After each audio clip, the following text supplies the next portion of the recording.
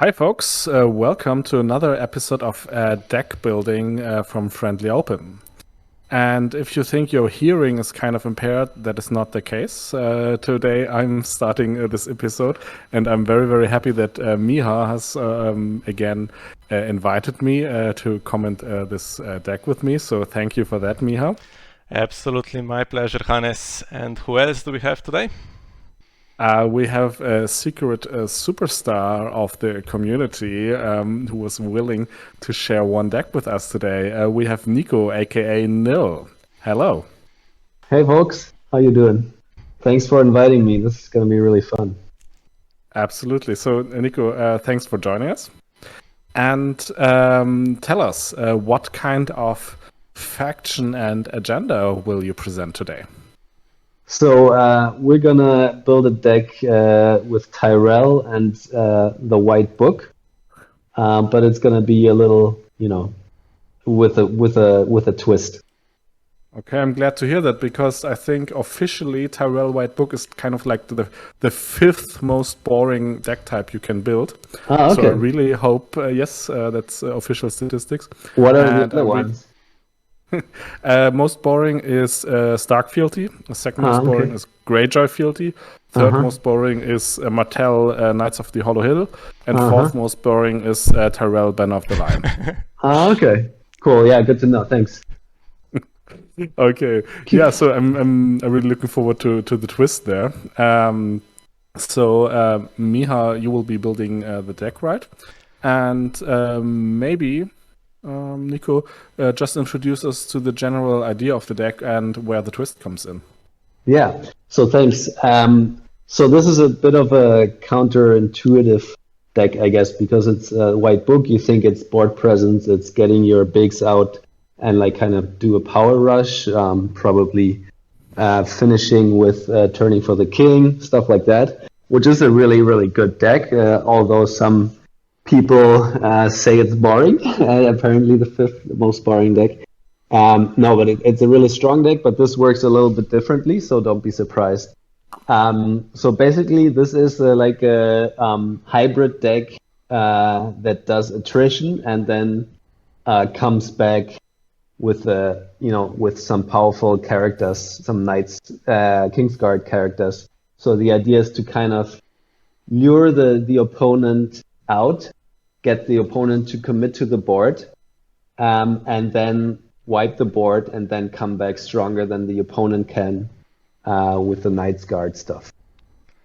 Okay, that sounds interesting. So, and to be honest, I already knew your deck quite well, and actually personally, to be honest, quite a real fan of that. And I've tried to build similar decks and always failed. So that I'm really happy that you will share it today. Have you ever faced Nico with this deck, Miha? Yes, I have. I've played him twice, and I can tell you that when I see Tyrell White Book, I always think of the Knights and the Shadow cards to either gain power with the tourney for the king quickly, or maybe to gain power with the Knight of Flowers when stuff comes out of shadows. And I was definitely surprised in those games that I got hit with some cards that I was not expecting at all. So really looking forward to seeing how this deck is built. Yeah, Knight of Flowers you'll definitely find. He's definitely a core piece of the deck for sure.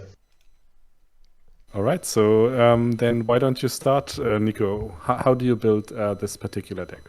Okay, so let's start with the plots because they also convey pretty well the idea of the deck, and you can kind of see like there's a pretty clear plot progression that you can like kind of use if the match goes according to plan, let's say. So the first plot would be the Maiden, and that's usually in almost all circumstances that's the first plot I use because it's it gives you some economy. The boost to initiative is very useful for this deck. And it's a nice it doesn't commit to anything, let's say. Are we trying to go first or second with the Maiden? Well, if you can, then usually if there's not something really important that you want to do and you want to go first, then usually you want to go second. in general with this deck because you make use of the agenda better that way. Okay. So, and then the second plot would be trading with the Pentoshi. And this, not always, but often this will be also the second plot I use. So ideally, in the first round, the opponent puts some characters on the board, and then in the second round, I use trading. I'm able to get some, usually I build some backboard, and maybe put some stuff in shadows, and maybe use some of that stuff in that round too, and give the opponent that extra gold. And for this deck, it's often useful because it kind of makes them commit even more in order to not waste that gold, and they put more characters on the board. Okay, so you incentivize them to overcommit a little. Yeah. And then ideally, we'll come to those cards, but ideally you'll have a Varus waiting, Last of the Giants and Varus. And there's different ways to get those cards.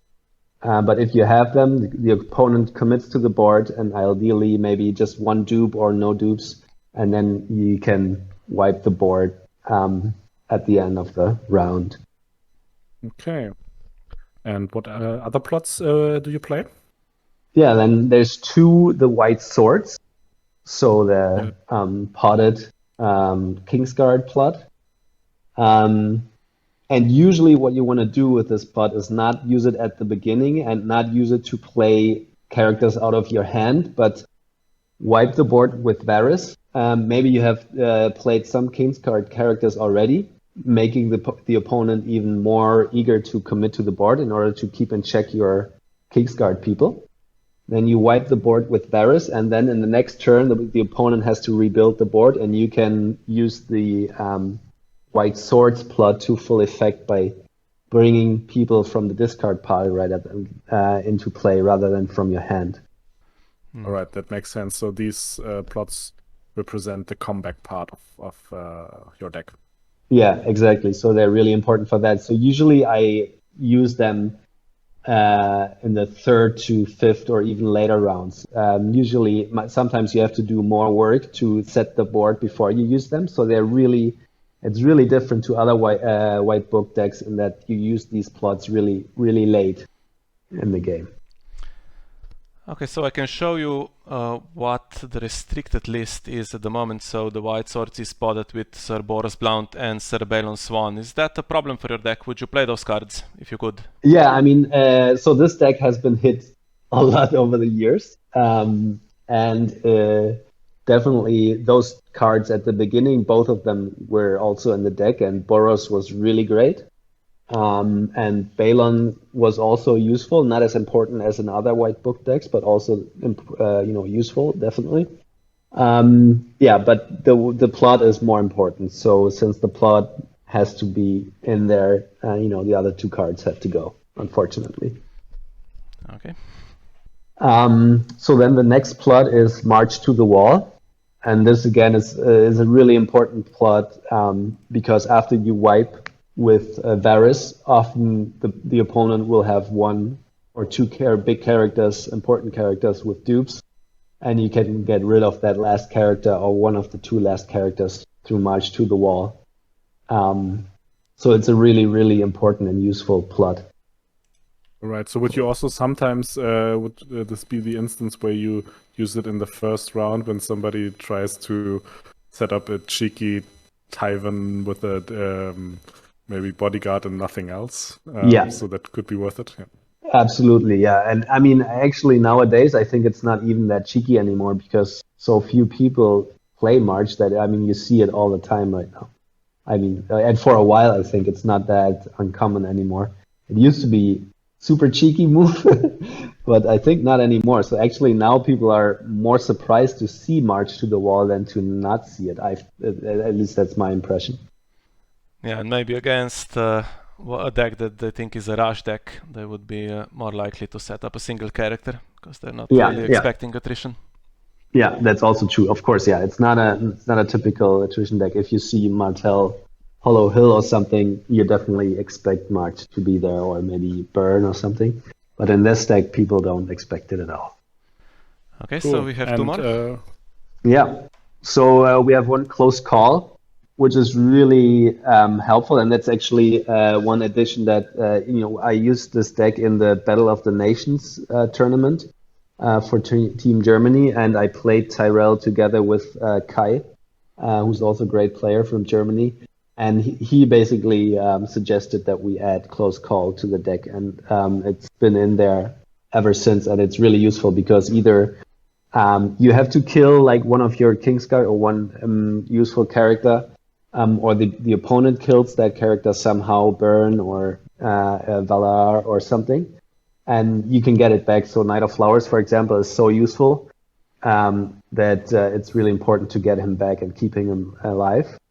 And then as an additional plus, you can, for example, Knight of Flowers, you can get him to the discard pile from the dead pile, and then in the next round, bringing back into play with white swords. So it's not a dead card in the discard pile, but actually there's a really good chance of getting him into play pretty quickly. And the last one? That's Valar Morghulis. So that's again for wipe, for killing opponent's characters, and standard wipe fare. That makes sense. And I feel that together with Close Call, you could also have the situation that you have somebody like Barristan or Knight of Flowers out, and then without a dupe or anything, the opponent might suspect, yeah, he's not going to reset now with them on the board, but you might actually consider that because you know you have Close Call and you have your comeback plots with the white swords for later rounds, right? Yeah. I have definitely with this deck. There are situations where you use Valar, even though it kind of hurts you a little bit. At face value, it hurts you more than the opponent, but you have more often, more options of getting back up, more quickly than the opponent. So sometimes it's even worth it if there's like a particularly juicy character unprotected on the opponent's side. It's even worth using Valar if you hurt yourself a little bit in the process as well. Makes sense. So what about the draw deck? How do you build that?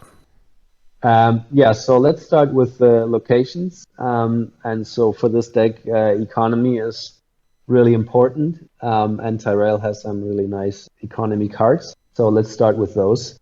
And we'll add 3 the Arbor, and 3 Red Wine Straits. Classic Tyrell. Yeah. 2 Gate of the Gods, and 1 the God's Eye. Okay, so that sounds like we are playing Political Disaster. So Political Disaster would be a really nice plot to have. It was in here at some point, but then some new restricted list made some changes necessary, and there's currently I don't see room for the plot in here. But it's definitely a good protection against opponents' political disasters because your backboards tend to get rather big, not as extreme as some Greyjoy decks or I guess Lenny Shadow decks or some other decks, but they do get kind of big, and it definitely helps to have this one location that's protected against political disaster. Yeah, and if I was playing against this, I would assume that there is definitely political disaster in the deck, so I would probably hold some locations back until that gets played, and then it never would get played. No, that's nice. I never thought of it like that. That's also nice. Here, really, it's also in there because it's unlimited, so you can. So, for example, in the trading for the Pentoshi round, often I don't really want to play all. If I can, I let the opponent go first. The opponent commits to the board, and then I don't really have to play anything really because they would be wiped anyways. All I worry about usually is defending against Intrigue Challenge to not for the opponent not to knock out my Varys or my Last of the Giants. So then it's nice to have some backboard stuff that you can play with all the gold from trading with the Pentoshi and get some econ out of it. So the God's Eye is kind of useful for that as well. Okay, so we have econ backboard. So what else do you have for locations? So we have 3 Old Town. Okay. 1 Old Town Undercity. That makes sense. Some other players play it much more, also with Yeah. Kingsguard heavy decks. But Yeah, this is definitely so. There's a lot of actually, I think, points of discussion or stuff you could change here. You're going to see that it has 62 right now. It has 62 cards too. I'm not a firm believer in the 60 card thing, and you could throw out some other stuff and use more Old Town Undercity. It's definitely a really great card. I don't use it more because I don't always have like 2 cards out of shadows every round or something. With this deck, it's not as robust of a shadow deck as other really Tyrell line shadow heavy decks. So that's why I only have it in once, but it's definitely a great card for this deck and it could be in there more. hey, what else? 3 Hollow Hill. And so that this would- is, yeah. I mean, that's one of the best cards probably in the game anyway. And that would be presumably one of the important ways to get Varus, but also to get your key Kingsguards. Yeah. So this is, it's super important. I think at some point I only had it in once, or maybe I didn't have it in there at all, I think. And then at some point I realized that it allows me to draw Varus very consistently. And if you already have Last of the Giants, it just exponentially increases the chance of being able to wipe early. And so it's extremely useful. And also, of course, to get, Night of Flowers or anything that you may want. It's just a really, really, really great card in general and for this deck in particular. Makes sense. Any other locations? Yeah, 2 more, 1 Starry Sept and 1 White Sword Tower. All right, so White Sword Tower seems obvious in a Kingsguard deck and also protects against some, event shenanigans. But why the Starry Sept? So this is a really recent addition. I figured again, it's if I have it and I play the Pentoshi turn, it's a location I can put out and put the gold to use if I don't want to put any characters on the board.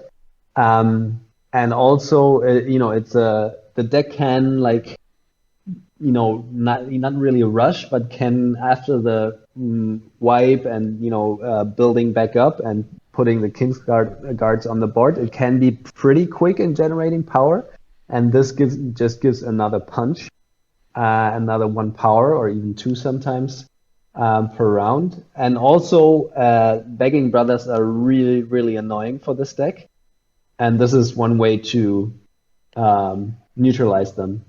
For example, to give them the power and blank them in the dominance phase and then use Varus. This deck really often, it really hinges on, are you able to get the Varus trigger through or not? So I'm trying this out. I haven't played it that much with this new configuration, but I think it's quite useful. Yeah, I can imagine that Begging Brothers are a pain in the ass. I love playing Begging Brothers. You always complain when I draw them. So that seems an interesting alternative to counter them. Yeah, Begging Brothers are really, really annoying for this deck. A really great card. And you're the master of playing them and also of drawing them. At least that's my theory. Yeah, maybe. Okay. So, if that is all on locations, what's next? Yeah, I mean, I have a kind of a list of further options, but I guess I'd say we go through the deck, and then if we have time left, we can look at some of those options, and maybe you guys have ideas of what else could make sense in the deck, and we can discuss this if we have some more time at the end. Okay, sounds good. Okay, let's do characters next. So we have 1 Begging Brother. One Okay, Begging so Brother. My only question would always be why not 3? Because 3 is what every deck needs, but that's my personal preference. Yeah, no, go on, please. Yeah, so it's interesting. It's definitely always really helpful, but with this deck, you would wipe your own Begging Brothers fairly often. And also they're pretty expensive. And there's oftentimes you don't really have the gold and there would be a situation where they're isolated on the board and then they get killed and stuff like that. So one is really useful because sometimes they can really win you the game. But more, they would just be dead cards in your hand often. Makes sense. Yeah, but yeah, they're great. I mean, usually every deck needs 5. Okay, then we have 2 high tower spies, 3 House Florent Knights. Okay, so the spies would be basically to boost your main characters when you actually are on the board and want to win the challenges, and the House Florent Knights are for additional attrition, right? Yeah, they're really useful for additional attrition and just making sure that the opponent can repopulate the board. And the high tower spies, they're also really, as you said, useful for boosting characters, but it's also really nice to have some ambush characters because you may draw them through Old Town or through Scheming Septons that we're going to see in a bit. And they're just, come in useful in a number of situations. And it's a really cost-effective card for 3 gold to ambush it, for a 2 Bicon 2 strength body that also has a trigger. It's a really all-around good card, I think. Makes sense. Miha, have you ever seen a deck with 3 House Florent Knights and no Palace of Sorrows?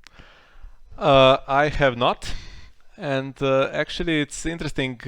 So while we record this, this is the current restricted list with the pods. So we have House Florent Knight podded with Burning Bright, and then the Palace of Sorrows is in its own pod with To the Rose banner.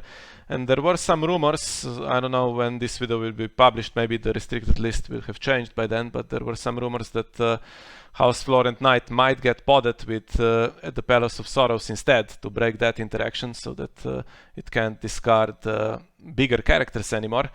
And I was a bit worried about this, that this deck would be possibly illegal by the time we release this video, but it's not using that interaction at all, which is very interesting to see. So yeah, so the plot is definitely in the would definitely also be a strong option list, and it was in there more at an earlier iteration of the deck.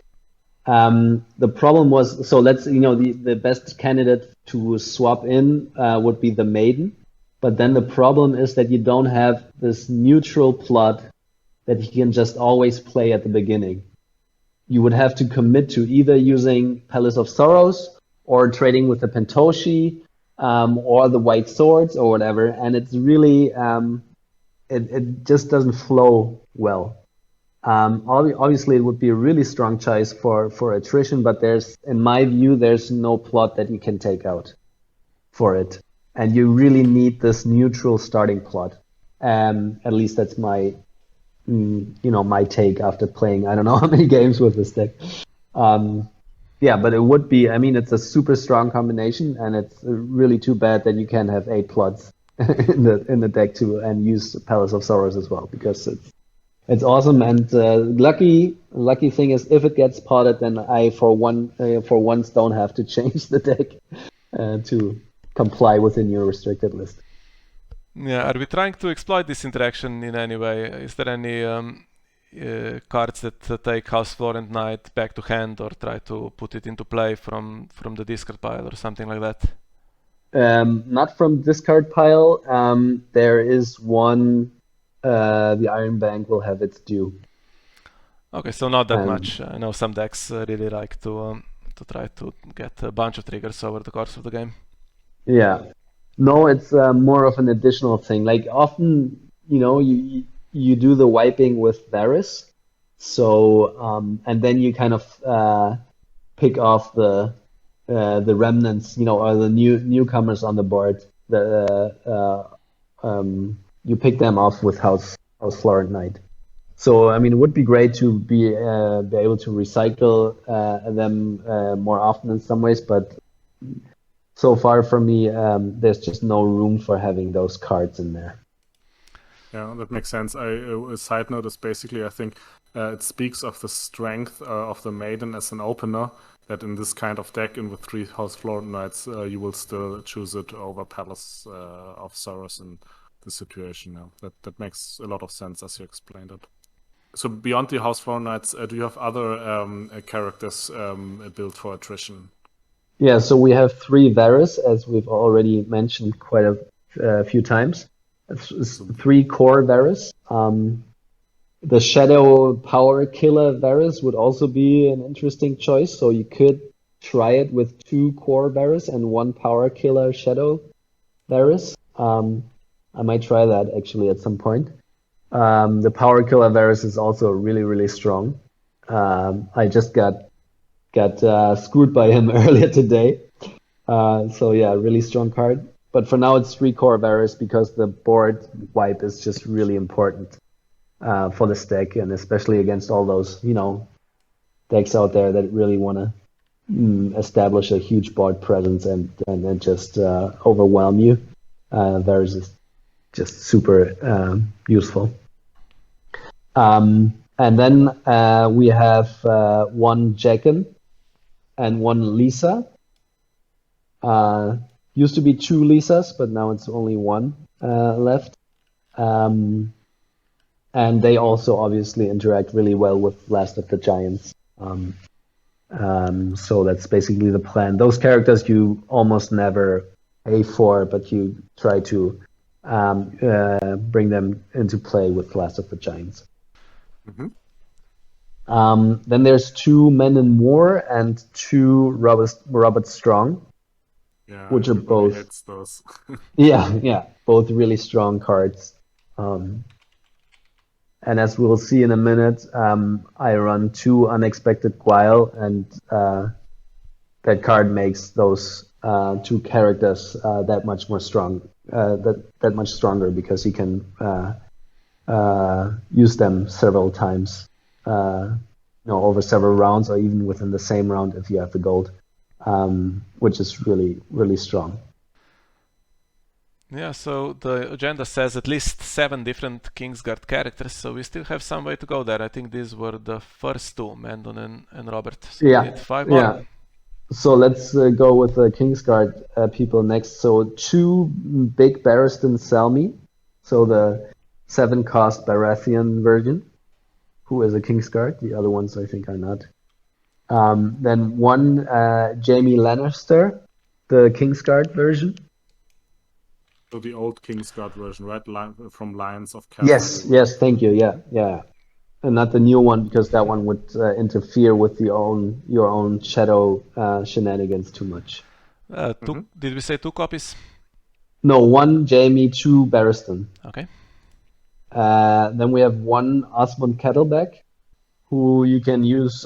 Usually, my favorite targets to bring into play are House Florent Knights. But you could also use him to bring into play one of your Kingsguard, one of your main Kingsguard, such as Barristan or Knight of Flowers, and then they go to the discard pile, and then you can bring them back with the white swords. So that can also be useful. Excellent. And then 3 Knights of Flowers, the Shadow variant, so the Kingsguard Shadow Knight of Flowers, and 1 the Hound Kingsguard, who I guess you can also say is another kind of attrition adjacent card. But could also be useful for yourself to get Robert Strong, also a House Florent Knight or something like that back to the hand to recycle them, right? Yes, absolutely. And worst case, it's just a 4-strength Bicon character that can stand on defense if you win, which is not too bad either in some situations. So we're almost done with characters. The last ones are 1 Old Bill Bone, 1 Orton Merriweather, 3 Scheming Septons, 1 Mark Mullendor, and 1 Shrewd Diplomat. Okay, so Old Bill Bone, a classic in any kind of shadowish deck, or apart from that, I think very cost effective. and the other is basically support cast. Scheming Septon is what they always do for Tyrell, right? Shoot Diplomat, can both ambush and come from shadows and win decisive challenges for you. So also Mark Mullendor interacts with the Old Town, but they are not as crucial pieces, but more like stuff that you would often see in Tyrell decks, right? Yeah, absolutely. And Orton is just really useful because he can get you that one copy of Last of the Giants back if you need it. Or there's a bunch of other events that are useful. So for that, because the Last of the Giants is so crucial often that, the 4 gold cost is really worth it. Nice.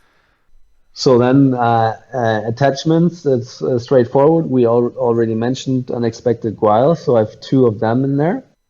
And then 2 Milk of the Puppy, which is also a really recent addition. And I hadn't run them for a long time because I figured, I want to get rid of those characters. So I don't need to milk them. And the milk goes to the discard pile, obviously, if the character least played, but I added them, fairly recently, and it's been really useful for begging brothers, but also for some others. Sometimes you just can't get rid of characters because they're just duped, 2 dupes or whatever, more even, more protection, and it's really useful to be able to milk some characters, even if it's sometimes only for 1 or 2 rounds. So I've been pretty happy with that change.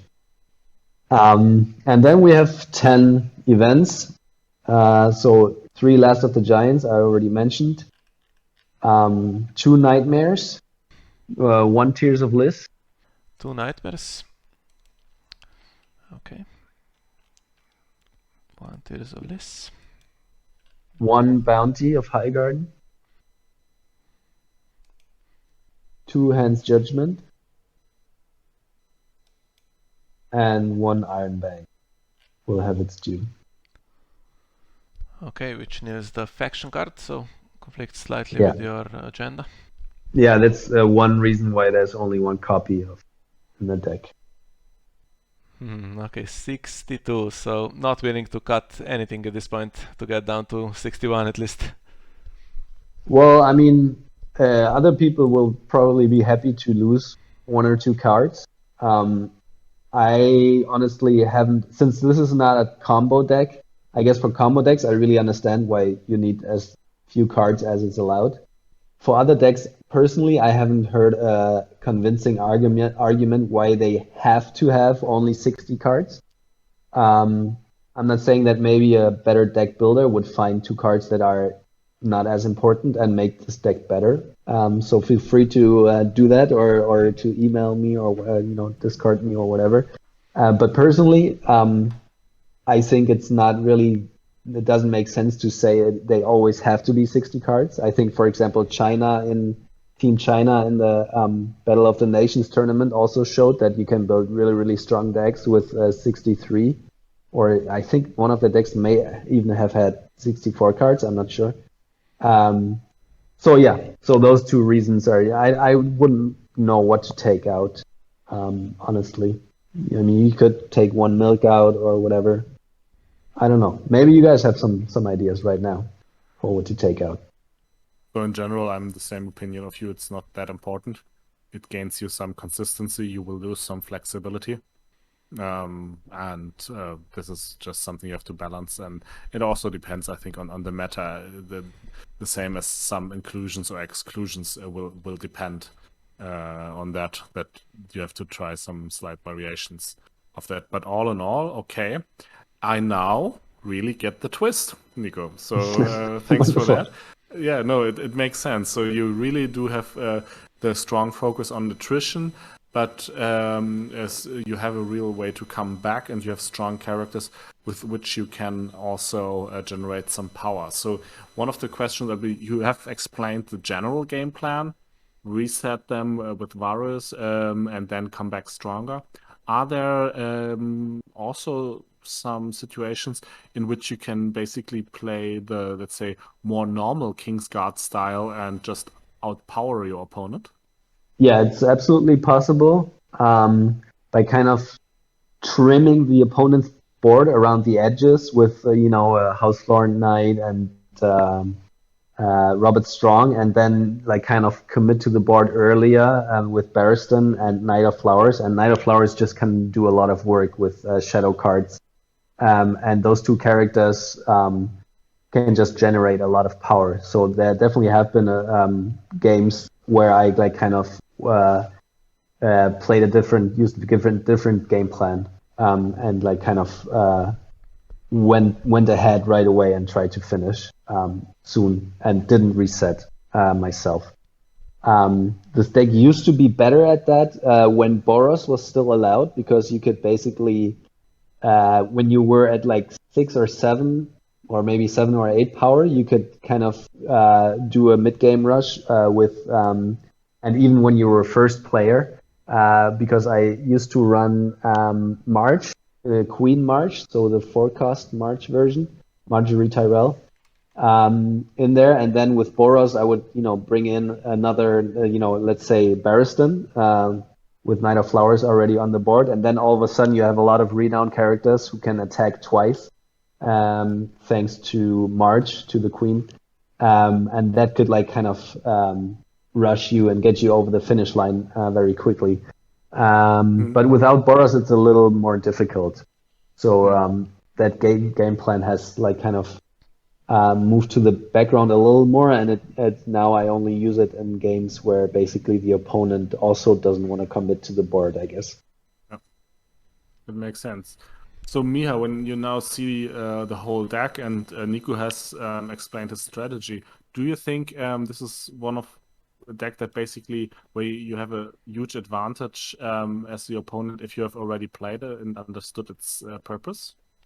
Well, definitely the element of surprise is important here. I know that I was not counting on Varys when I played it. I was thinking of the other type of the White Book deck. So I think that's true for any game. If you know the opponent's deck, it's easier to play. So I guess you would try not to overcommit, and you would know the reset, and it would be easier to play against, yes.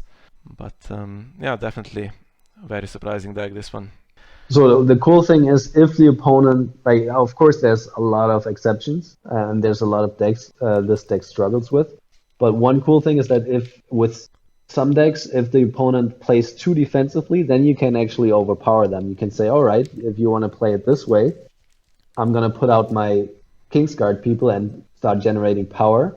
And then when the opponent says, okay, I have to do something, commits to the board, then you can still use Varys, and then still often come back stronger. It's really important for that, for the coming back stronger part, to like try to keep one white swords, in the unused plot pile, so you can really come back quickly and dominate the board. Yeah, but that's definitely also one strategy that you can use if the opponent plays it carefully.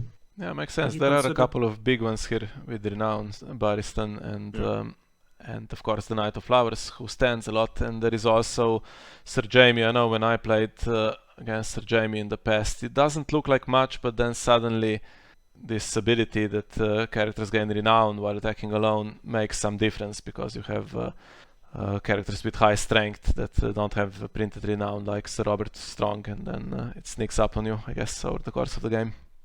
Yeah, absolutely. Have you considered including maybe one copy of Pinch of Powder, which you often see together with Knight of Flowers, of course, and it might give you this additional incremental attrition option? Yes, so it was in the deck. It's definitely an option. It would be probably a strong card to use. I ended up not. I threw it out at some point. It's on my list of maybe cards. But I threw it out at some point because if the opponent's character has a dupe, okay, great, you get rid of the dupe. That's awesome. But often, you would pinch a character that doesn't have a dupe, and then it like kind of runs counter to the whole Varys thing. So there would be some situations where I would be able actually to use pinch, but I don't want to because I'm planning to use Varus in the dominance phase, and because of that, like kind of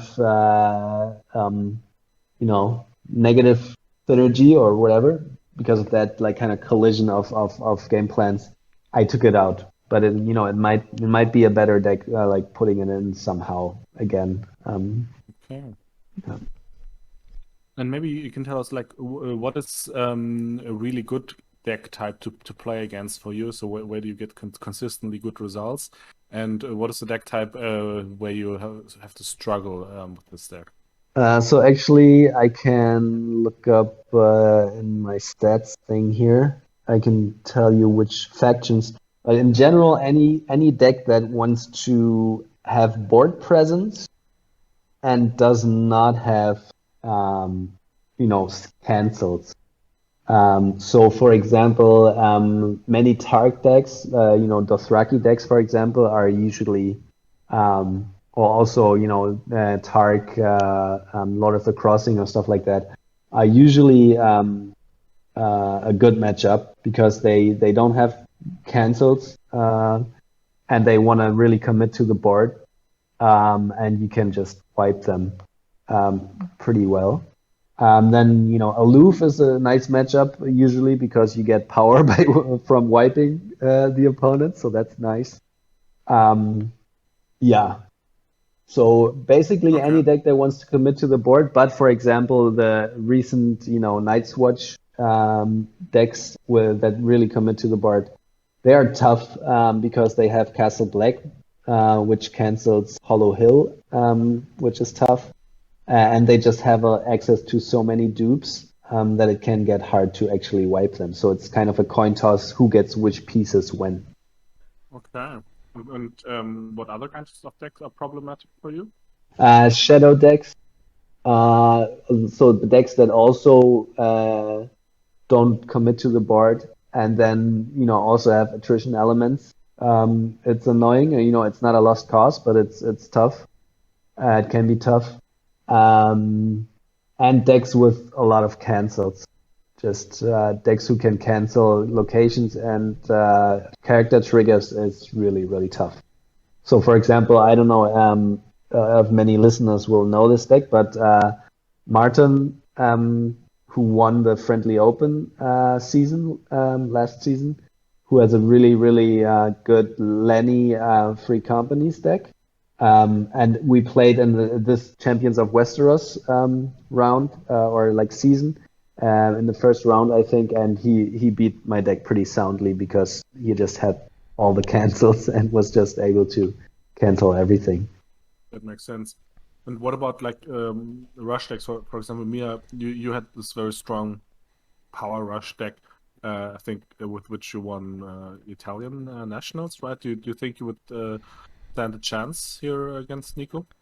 I think it would be difficult because those decks like to keep characters knelt. So if they're playing against a deck that likes to reset a lot and there is not a lot of stuff on the board for Robert to kneel and for Melisandre to kneel, some of the advantage is lost.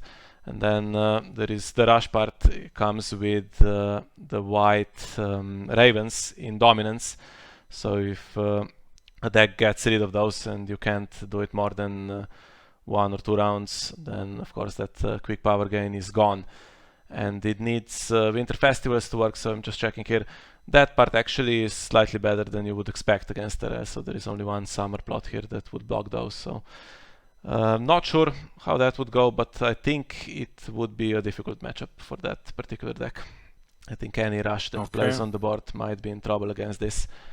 Unless it's really, really fast. For example, in the Battle of the Nations, we played China, and the matchup was this deck against Stark Crossing, and it was a really close. Like in the testing matches, it was really close, and then in the actual match, it was also really close. And Kai ended up winning that matchup, but it was really tough because Stark Crossing is just super resilient and is able to come back again and again after wipes. and so it's really fast, and so that was a tough matchup. Yeah. Yeah, I remember that game. That was absolutely great game by both players, and Kai did a really good job, I think, of countering, and then the heart of the cards was with us in that situation.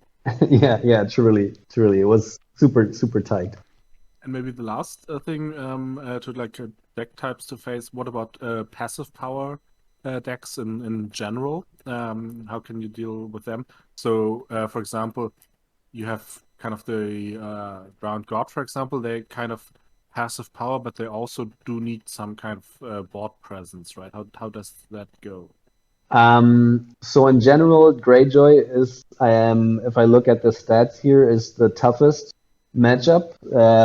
I think I only have a win rate, like with all matches, including online games, I only have a win rate with this deck against Greyjoy of just over maybe 54% or so, or maybe a little bit more. But yeah, it's a really tough matchup mainly because of Drowned God Fanatics, which are, most Greyjoy decks play it, and it can just completely cancel Varys, which is really tough. And then the Drowned God decks can recycle Drowned God Fanatics often, and that makes us tough. So it's again a little bit of the question of, do I get my pieces, and am lucky enough that the opponent doesn't have a Drowned God Fanatic in hand.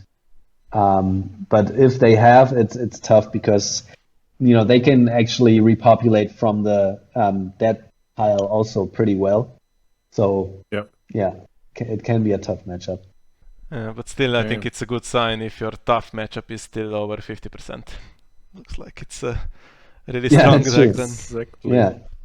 So Miha, that's basically also when we try to gauge the strength of a deck, win rate is something we use.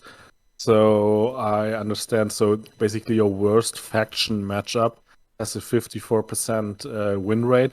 So overall, it's not only a twist for the twist sakes. It's overall also a strong deck, right?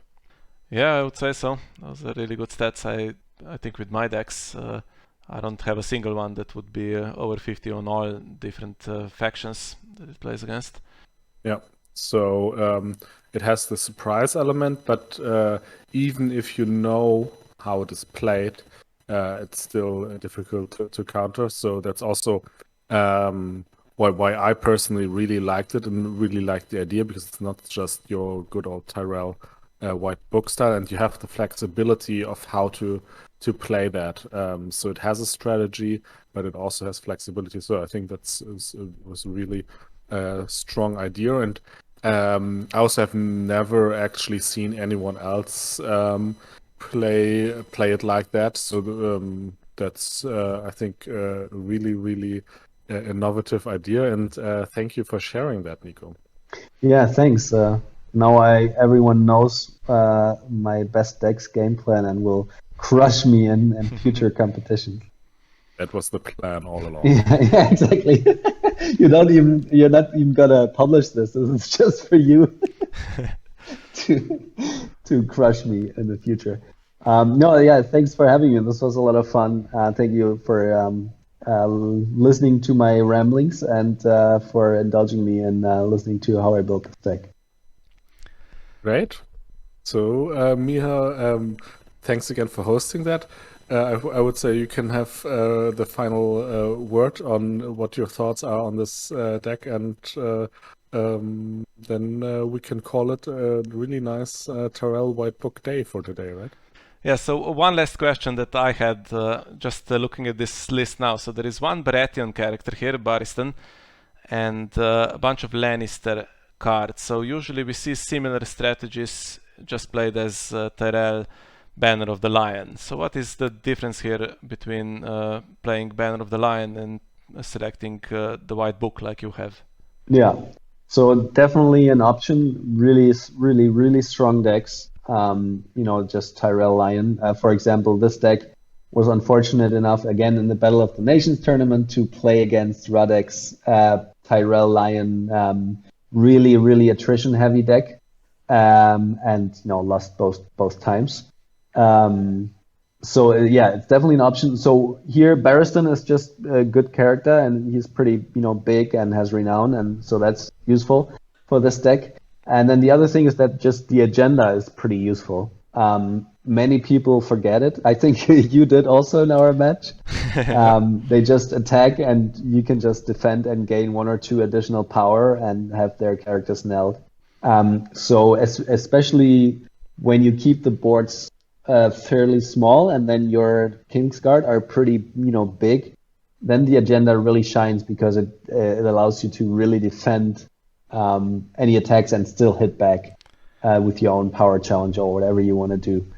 So it's quite useful in that way. Yeah, I've lost count of how many times I've attacked against this agenda only to have all the defenders stand, and basically I achieved nothing and maybe even given some renown away in the process. Really easy I to feel miss. your pain. Especially if the deck is not really using it. So you're not trying, there are no kings. You could have Renly, I guess, but you lose the Hollow Hill non-loyal package then, I guess. I mean, Marge would be really cool. Marge, I had it at her in there. It might be an option to put her back in. So she would do the trick as she's a queen. But for now, she's not in here. I totally get it. I would forget it too. But a lot of people, you're not alone. A lot of people forget it, which is an additional plus for sure. And I think Scheming Septon is the only loyal character here, isn't it? Yeah, So you and can usually, get rid of him. usually he's off the board by dominance phase. Sometimes I think, I'm not gonna trigger him this round. I don't need to. I'm sure the opponent will not reset or anything now. I can leave him on the board. And then I remember in dominance phase, damn, I can't use my Hollow Hill now. So that definitely, I tricked myself quite a few times with that one. All right. Okay, as promised, we'll have a look at the new restricted list. So, as you know, the original video was recorded a few weeks ago, and now some changes have been made. This is the 1.5 restricted list, and we have a new pod with House Lore and Knight and the Palace of Sorrows. As we said in the original video, this doesn't really matter for this deck, but there were some other changes here for Tyrell. So the Bounty of Highgarden stays on the restricted list, but now there is also Scheming Septon and Old Town both restricted, and we had those two in the original deck, which I have here. So as you can see, it's now marked as illegal for Joust under the new restricted list. And Nico, you can tell us if you think the deck has survived the new list. Yeah, so I think it's a hit, but in the end, I'm actually not sure whether it's worse or maybe it's a blessing in disguise. I'm not sure, but I have tested it a little bit and it still works quite well.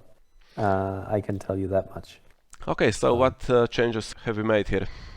Yeah, so basically we stick with Old Town, but we actually, for now, and this is, if you try this deck and then maybe you want to do it another way, but I still actually reduced the number of Old Towns to 2 now, but I stuck with Old Town, so we got rid of the Scheming Septons, the 3, and we got rid of 1 Bounty of Highgarden. And the idea was to, instead of the Scheming Septons, we put in Sparrows, 2 of them for now.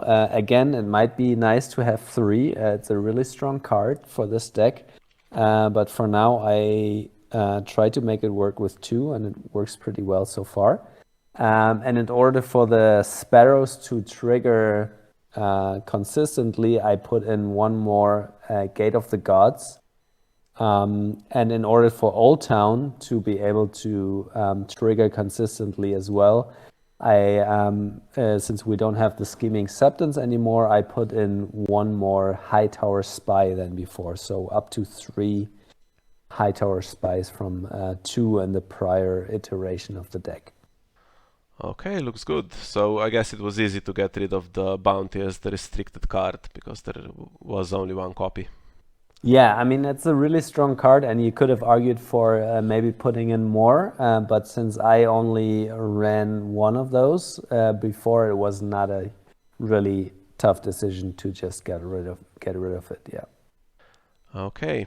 So yeah, and then also has not really much to do with a change in the restricted list, but I got rid of one House Florent Knight basically because I felt like sometimes it was a little bit redundant because you do the discard with House Florent Knight, but you also have Varys, and I were in a couple of situations, quite regularly where I would have been able to use the House Florent Knight to discard something, but I also wanted to trigger Varys, and it would have been redundant to play the House Florent Knight. So I got rid of one copy, and instead I put in one Iron Bank because the games tend to be longer with this deck, and so far I've been really happy with the change. So there were a few games where the Iron Bank was quite useful because it ended up, what the Iron Bank does, just giving you a lot of gold, and the extra gold can be very useful with this deck. So so far I've been really happy with the change. All right, and we're down to 61 cards finally. Yeah, which is, I'm sure many people will be happy about that as well, yeah. Okay. All right, so I think that's all that we wanted to talk about. So thanks, guys, for joining us today. Hannes and Nico, it was a pleasure doing this with you.